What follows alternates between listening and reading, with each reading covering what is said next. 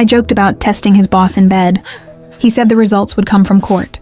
It started as a joke, or at least that's what I thought it was. One stupid sentence meant to be funny, thrown into a conversation that was already tense.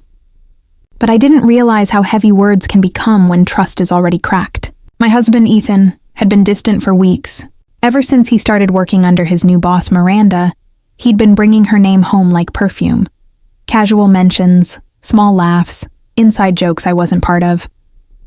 I tried not to let it bother me, but each time I heard Miranda said this, or Miranda thinks that, it stung. One night, after he came home late again, I made a joke to break the tension. "Maybe I should test Miranda myself," I said, half laughing. "See what kind of magic she's working on you." He froze, looked at me like I had slapped him, and said nothing. I brushed it off, thinking he was just tired. I didn't know that one sarcastic comment would ruin everything we built. The next morning, he was cold. No kiss goodbye, no text all day. That night when he came home, he sat across from me at the table, his face unreadable. "So," he said flatly, "you want to test my boss?" I blinked, confused, then laughed awkwardly. Ethan, it was a joke, but he didn't laugh. He leaned forward and said, "Good, because she told HR you threatened to seduce her." My heart dropped. "What?" I asked, thinking he was joking now, but he wasn't. He told me that Miranda had overheard part of our argument on speakerphone the night before, that I'd apparently said something inappropriate, and now his job might be in danger. At first, I thought he was overreacting. Then he showed me the email. HR had scheduled an internal review. I felt sick. My joke had somehow turned into an accusation. Ethan didn't defend me. He just stared, disappointed, like I'd confirmed every doubt he had about me. I tried explaining that it was sarcasm, that I'd never meant it seriously, but he just said, "You've embarrassed me." That night, we didn't speak. I barely slept. My mind kept replaying that one sentence. Why did I say it? Why couldn't I just let my jealousy go? 2 days later, things got worse. Ethan's company suspended him for professional misconduct, pending investigation. Apparently, Miranda had twisted the story, said I'd been sending her cryptic texts through Ethan's phone, trying to provoke her. I hadn't, but the damage was done. My husband came home early that day, holding a letter, and threw it on the table. "You've ruined me," he said quietly. "Do you realize what you've done?" I stood there speechless. He grabbed his jacket and left before I could answer. For 3 weeks, I lived in silence. My calls went unanswered. His family didn't speak to me. My own friends started asking if I'd really done something with his boss. I told them no, but their eyes said they weren't sure. I lost weight, stopped sleeping. The house felt haunted by the ghost of our marriage, the laughter that used to fill it, the way we used to talk about everything. I wanted to explain, but Ethan wouldn't listen. Then one morning, I received a legal notice. Ethan was filing for divorce, citing defamation and emotional cruelty.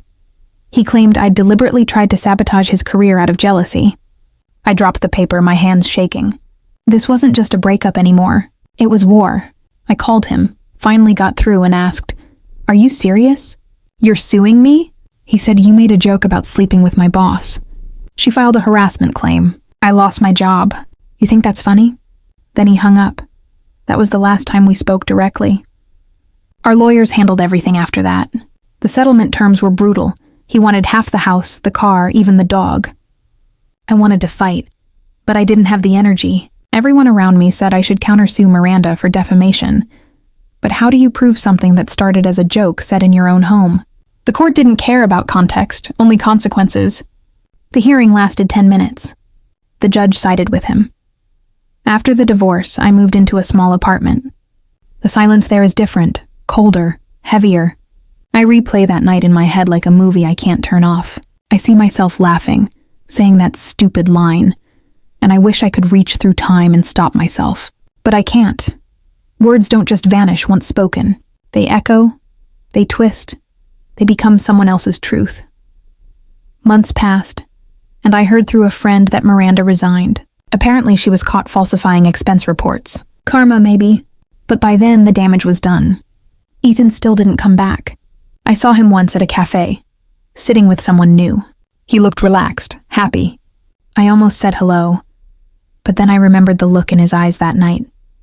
The disgust, the betrayal. I didn't deserve to interrupt his peace. Sometimes I scroll through old photos of us. Birthdays, road trips, Sunday mornings. In every picture, we're smiling, holding hands, unaware of what words can destroy.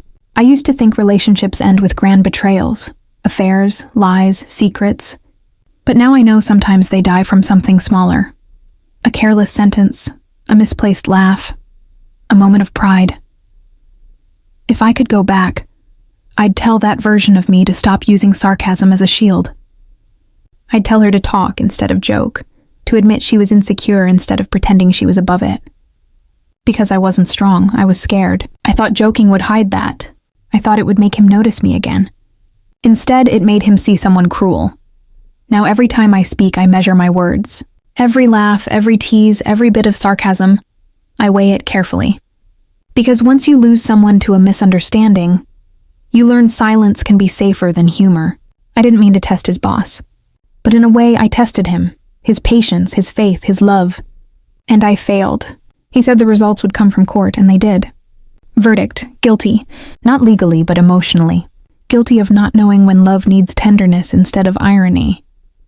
Guilty of mistaking attention for affection. Guilty of forgetting that words can cut deeper than betrayal. Now, when people ask what happened to my marriage, I just say, it ended over a joke. They laugh, thinking I'm exaggerating. But I'm not. It really did. And I'll spend the rest of my life reminding myself that sometimes the joke you think is harmless can become the story that ruins everything you love.